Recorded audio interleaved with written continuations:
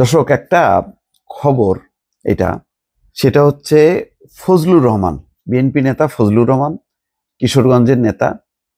সাম্প্রতিক সময় তিনি গণমাধ্যমে খুবই সোচ্চার, সাক্ষাৎকার দিচ্ছেন, বক্তব্য দিচ্ছেন। প্রত্যেকটা বক্তব্যের মধ্যে এমন কিছু বিষয় যুক্ত হচ্ছে যেটা বেশ খবর হচ্ছে। মোট কথা, খবরের জন্য খুব ভালো যে নতুন নতুন কথা বলছে, কিন্তু এই নতুন নতুন কথা এখন বিএনপি যে অবস্থানে আছে, খুবই সাবধানে বিএনপি পা ফেলছে, খুব হিসাব করে করে কথা বলছে, যেহেতু তাদের একটা মূল টার্গেট আছে যে সামনে যাতে নির্বাচনটা ভালোভাবে হয়।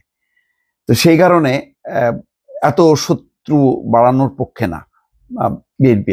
আপাতত বিএনপির ভেতরে হয়তো অনেকের ব্যাপারেই ক্ষোভ থাকতে পারে, যেমন নির্বাচন নিয়ে এই জামাত, এনসিপি তারা যা বলছে, কিন্তু তার মানে আবার এই না যে তার প্রতিপক্ষ মানে এনসিপি বা জামাতকে লক্ষ্য করে একেবারে ক্রমাগতভাবে বলতে থাকবে। তো ফজলুর রহমান, ওনাকেও আবার অনেকে ট্রল করেছে যে পাগলা ফজলু, এই সমস্ত কথাবার্তা বলছে। এটাও উচিত না। উনি একজন, তার রাজনৈতিক ক্যারিয়ার আছে, মানে অনেক বড় ক্যারিয়ার। এরকম ক্যারিয়ারের লোকজন খুব কমই আছে বিএনপিতে, তার মধ্যে একজন উনি আবার স্বাধীন চেতা, মুক্ত। এখন বড় দলগুলোতে এত স্বাধীন মুক্ত কথা বলা মুশকিল। এটা আওয়ামী লীগের ক্ষেত্রে যেমন, বিএনপির ক্ষেত্রেও যেমন, জামাতের ক্ষেত্রেও তেমন। তো তিনি ক্রমাগতভাবে বলতে বলতে শেষে যেটা হচ্ছে যে এনসিপি নিয়ে কিছু কথাবার্তা বলছে। এনসিপির সমালোচনা কিন্তু আমিও করছি, এনসিপির অনেক বিষয় আমার পছন্দ হচ্ছে না, কিন্তু সেটা তো হলো একটা যুক্তিতর্ক। কিন্তু আবার মূলগতভাবে যদি বলি যে এনসিপির এই যারা, এরা কারা, এরা কোথা থেকে আসলো? এরা তো হাওয়া থেকে আসে নাই। তারা একটা গণঅভ্যুত্থানের সামনের সারিতে ছিল, পেছনে আপনি যতই থাক না কেন পরিচিত মুক্ত তারাই ছিল।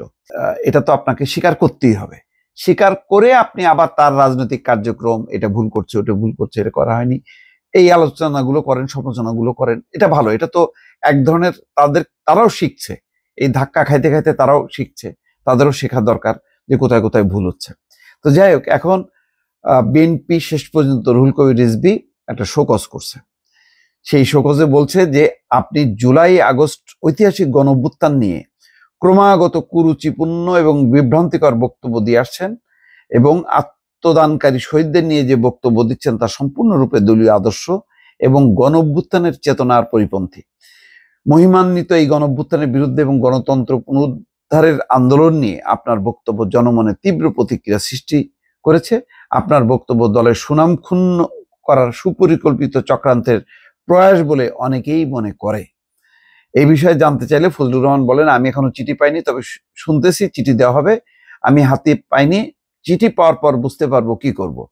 দলীয় সূত্র বলছে, পাকিস্তানের পররাষ্ট্রমন্ত্রীর ঢাকা সফরকালে ফজলুর রহমানকে শোকজ করার বিষয়টি ভিন্ন বার্তা বহন করছে। বিশেষ করে মুক্তিযুদ্ধের পক্ষে বিগত এক বছরে ফজলুর রহমানের বক্তব্য ব্যাপক আলোচনার জন্ম দেয়। যদিও এনসিপি নেতাদের বিরুদ্ধে তিনি বক্তব্য দেয়, সমালোচনাও হচ্ছে বিভিন্ন মাধ্যমে।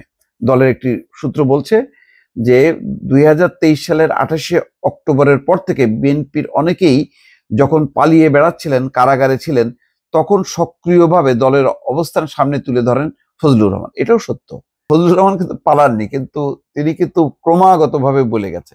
দলের তার কন্ট্রিবিউশন নিয়ে আবার যদি কেউ প্রশ্ন করে, সেটা আবার ফজলুর রহমানের প্রতি অবিচার করা হবে। তিনি কিন্তু অত্যন্ত সাহসিকতার সাথে কথা বলে গেছেন। শোকজের বিষয়ে জানা গেছে, চিঠিতে সম্প্রতি বেসরকারি টেলিভিশনের একটি টক শোতে একটি অংশ নিয়ে 5ই আগস্টের আন্দোলন পরিচালনায় সবচেয়ে বড় ভূমিকা রেখেছে জামাত ইসলামী এবং ছাত্র শিবির, এমন বক্তব্যে শীর্ষ নেতৃত্ব বিরক্ত হন। দলের একটি অংশের নেতারা শীর্ষ নেতৃত্বকে দিয়ে তাকে শোকজের বিষয়টি প্রাসঙ্গিক করেন।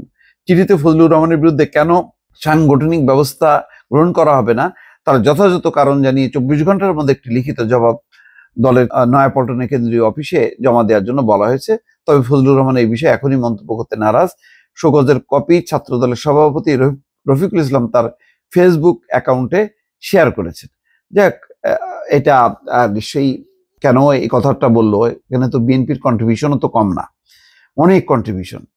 এখন কেন জামাতকে সামনে নিয়ে আসলেন তিনি, সেটাও বুঝলাম না।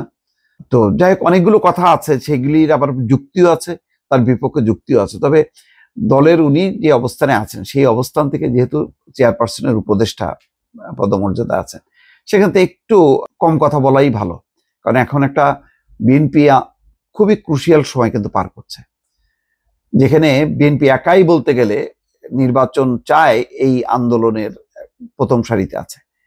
বাকিরা কিন্তু নির্বাচন যাতে না হয় নানা রকম শর্ত দিয়ে যেখানে পরিবেশটা অন্যদিকে প্রভাবিত করার চেষ্টা করছে, সেখানে বিএনপি কিন্তু নির্বাচনী বইটা বা নির্বাচনী ট্রেন্ডটা যাতে ঠিক মতন চলে সেই কাজে কিন্তু ব্যস্ত আছে। এই সময় ফজলুর রহমানের এমন বক্তব্য দেওয়া ঠিক হলো কিনা এটা বিশ্লেষণ করার দাবি রাখে। তবে এটাও ঠিক, ফজলুর রহমানের মতন একজন মুক্তমনা মানুষের আবার কণ্ঠ মানে স্তব্ধ করা ঠিক না। তবে দল যাতে বিব্রত না হয় সেটা মাথায় রেখেই উনি বক্তব্য দিলে ভালো হয়। দর্শক ভালো থাকবেন, আল্লাহ হাফেজ।